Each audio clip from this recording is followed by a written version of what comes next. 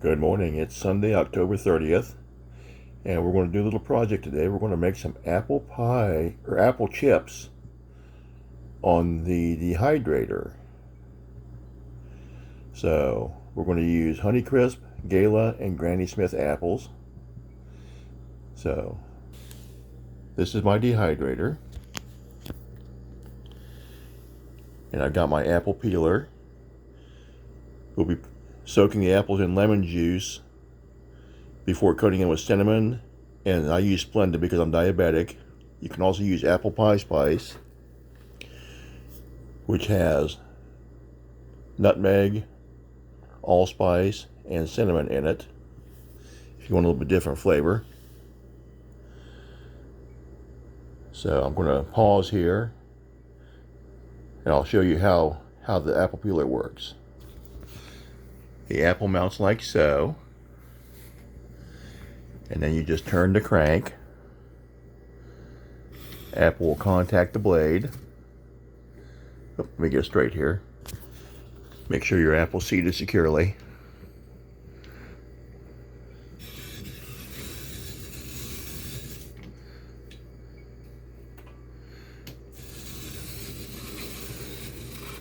And it will peel and slice and core the apple. These aren't the greatest apples, unfortunately, so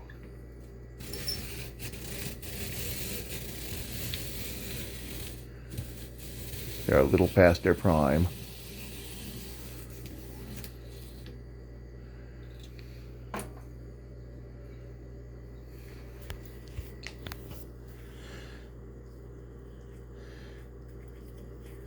Apple comes out like that. It's spiral sliced. The core is removed. And I'll take the bad spots out. What I'll do is I'll take a knife and slice straight down through that. And I'll soak the rings in lemon juice and water, how to keep them from turning brown.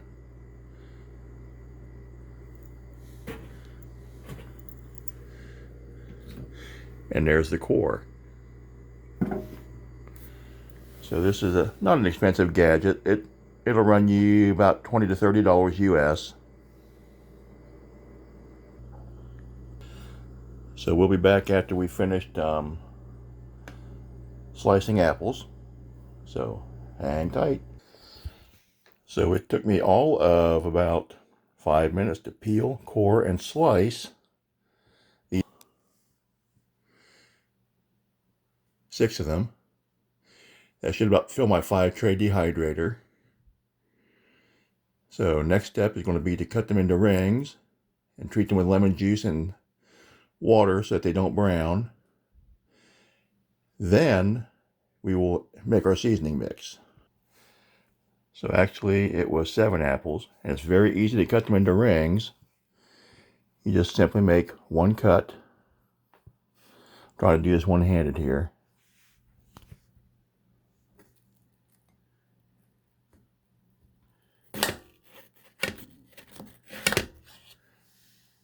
Down through like that. I'll try it again here, see if it shows better.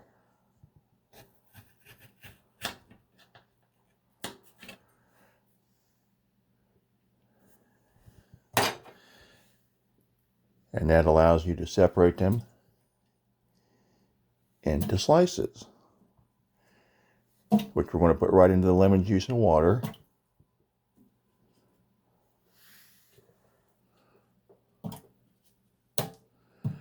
That's great if you have apple pies to make, or if you want to make applesauce, or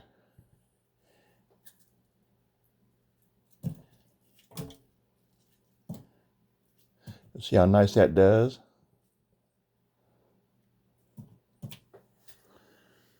So we'll be back as soon as we get the rest of them sliced up here.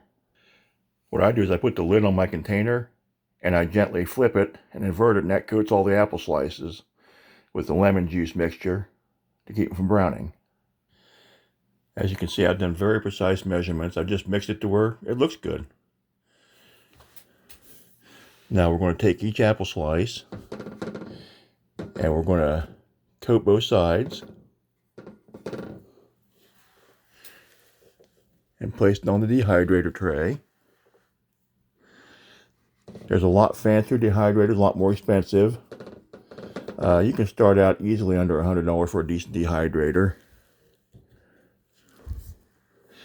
So I think I can fit all 7 of these apples on this batch. Doesn't matter if they touch because they will shrink. So we'll be back as soon as we get it loaded. There's the first tray loaded. So we'll lift it.